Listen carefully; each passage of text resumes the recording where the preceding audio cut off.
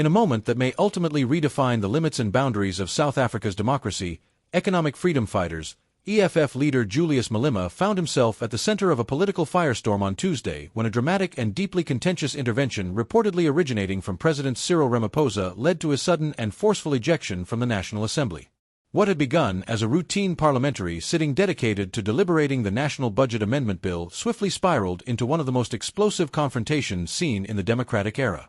Within minutes, a seemingly ordinary debate mutated into a high-stakes showdown that now threatens to ignite a wider constitutional crisis and plunge the nation into a period of political volatility unrivaled in recent memory. Tensions inside the chamber had already been simmering long before the eruption. Lawmakers had convened with the expectation of analyzing the technicalities of fiscal amendments, but few could have predicted the political detonation that awaited once Malema rose to speak. Known for his fiery rhetoric and relentless attacks on the ruling African National Congress, ANC, Malema opened his address by launching a blistering critique of President Ramaphosa's administration, accusing the government of orchestrating what he termed State Capture 2.0. Malema charged that the ANC was once again bending public institutions and redirecting state resources to preserve entrenched networks of corruption, all under the guise of economic transformation. His delivery was sharp, unfiltered, and charged with unmistakable defiance. "Mr. President," he thundered, "you are not the guardian of democracy. You are its worst danger." The statement struck the chamber like a bolt of lightning. In seconds, ANC MPs erupted into a collective uproar, shouting in protest as the air filled with competing voices, outrage, and disbelief. Speaker of Parliament Noviv Mapesenula repeatedly called for order, her gavel cracking against the podium as she attempted to restore control in the midst of growing chaos. But Malema refused to withdraw his comments or soften his stance. He stood firmly against the rising tide of anger, unwavering even as tempers continued to flare. Members of his party rallied around him in fierce solidarity, shouting, "Hands off our democracy!" while hoisting placards emblazoned with the demand Ramaphosa must go. The atmosphere devolved further as security personnel well accustomed to South Africa's often turbulent parliamentary confrontations were summoned to the chamber. President Ramaphosa, seated quietly on the front bench up to that point, was seen conferring urgently with senior ANC leaders before leaving the chamber in visible haste. A move that added an additional layer of tension to an already tense environment. What came next proved to be the most explosive moment of the entire session and perhaps one of the most controversial decisions associated with Ramaphosa's presidency thus far. Returning to the podium with a strained expression, Speaker Mapesenula delivered an announcement that sent shock waves through the chamber. In consideration of the current disruption and upon advice from the office of the president, she declared, "Julius Malema is directed to exit the chamber with immediate effect. Failure to comply will result in his forced removal." Audible gasps swept across the assembly as lawmakers processed the gravity of her words. The suggestion that the president may have directly influenced or instructed parliamentary disciplinary action, a function constitutionally reserved for the Speaker and the legislature, set off alarms among political observers and legal scholars alike. It marked a moment that seemed to blur, if not openly violate, the separation of powers that forms a bedrock principle of South Africa's constitutional democracy. Malema, visibly enraged and red-faced, sprang to his feet, shouting that the president had no lawful authority to eject an elected representative from Parliament. "This is a coup against the people," he roared. "The president has no right to oust an elected member of this House. This is not Parliament. It is a dictatorship." His fellow EFF MPs gathered tightly around him, forming what looked like a human shield. As tensions escalated further, security personnel, however, moved swiftly, stepping forward to enforce the order. Cameras recorded the entire confrontation as Malema was physically removed from the chamber amidst loud protests from his party. Their cries of outrage echoed through the hall as the speaker eventually adjourned the sitting for the remainder of the day, citing a complete breakdown of decorum and an unprecedented breach of parliamentary independence. Outside the chamber, the legal and political ramifications began unfolding almost immediately. Within hours, constitutional law scholars, analysts, and civic organizations entered a heated debate over the legitimacy of the president's alleged intervention. South Africa's constitution clearly articulates the doctrine of separation of powers, granting Parliament full autonomy in managing its internal affairs and insulating it from direct executive interference. Disciplinary measures against imps strictly within the jurisdiction of parliamentary rules and internal enforcement mechanisms. One prominent voice, University of Pretoria constitutional law professor Thullo expressed profound concern. If these reports are accurate, she warned this represents a reckless overreach by the executive into the legislative domain. The separation of powers is indispensable to any functioning democracy.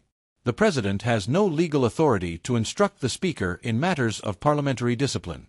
Yet, not all observers shared this stark interpretation. Some political commentators argued that Ramaphosa might have acted out of deep frustration after years of persistent high-profile disruptions orchestrated by EFF MPs during major speeches, debates, and presidential appearances. Political analyst Sibuso Santosi noted that Parliament had long been reduced to a theater of chaos, often overshadowing substantive legislative processes and frustrating governance efforts. However, Santosi also cautioned that the optics of the executive seemingly intervening in parliamentary discipline, especially against a vocal opposition leader, could ultimately be more damaging than any temporary restoration of order. The move, he argued, risked casting Ramaphosa as authoritarian at a time when perceptions of democratic backsliding were already growing across the globe. Later in the evening, the presidency issued a carefully worded statement attempting to quell rising tensions. The message emphasized Ramaphosa's steadfast commitment to democratic institutions, the rule of law, and the independence of Parliament. It highlighted the importance of maintaining decorum within the National Assembly, but notably avoided confirming or denying whether the president had issued a direct order regarding Malema's expulsion. The ambiguity only deepened the public suspicion and fueled further speculation. Outside Parliament, Malema wasted no time in launching a counterattack. At an impromptu press briefing held on the steps of the Legislative Building, he delivered a fiery address to supporters and gathered reporters. Declaring the moment a direct assault on South Africa's democratic foundations, Malema accused the president of behaving like a monarch and warned that the people of the country would not allow themselves to be silenced. "This is a call to war against democracy," he declared passionately. "Ramaphosa thinks he is a king, but the people of South Africa will not be muzzled by unlawful executive orders. We will take this matter to court and we will win." He vowed that the EFF would file an urgent application with the Constitutional Court to challenge what he described as a blatant violation of parliamentary sovereignty and an attempt to undermine the will of the electorate. "This is not about me," he insisted. "This is about the very heart of our democracy. If one elected representative can be removed at the whim of the executive, then none of us are safe. We are fighting for the voice of every South African." Litigation, however, was only the beginning of the EFF's response.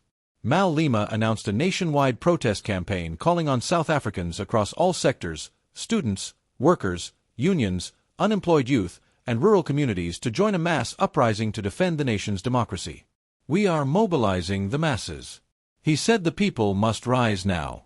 If we fail to act, we may lose the democracy we fought so hard to win." Within hours, social media platforms exploded with activity. The hashtags #Malema removed and #HandsOffOurDemocracy surged to the top of trends across the country. EFF officers nationwide began organizing for demonstrations while rumors circulated of potential shutdowns in major urban centers including Johannesburg, Durban, and Cape Town. The South African Police Service issued a statement confirming that they were monitoring developments closely and preparing for potential unrest within the ANC itself. The fallout from the incident created a mixture of anxiety and unease. While some party loyalists applauded Ramaphosa for demonstrating resolve and attempting to assert order within Parliament, others questioned the wisdom of escalating a confrontation with the EFF. One senior ANC official speaking anonymously warned that the president's action might inadvertently elevate Malema's political standing. This could turn him into a martyr. The official conceded, "We may be giving him the moral high ground at a moment when we desperately need to focus on governance and public confidence." Across the nation, debates intensified as South Africans grappled with the implications of the day's events. The dramatic expulsion highlighted underlying tensions about power, accountability, and the fragility of democratic institutions. Whether the incident marks a temporary political flare-up or the beginning of a deeper constitutional crisis remains uncertain. But one thing is clear: Tuesday's events have carved a new and unsettling chapter into the country's political story, raising urgent questions about leadership, legality, and the future of South Africa's democracy.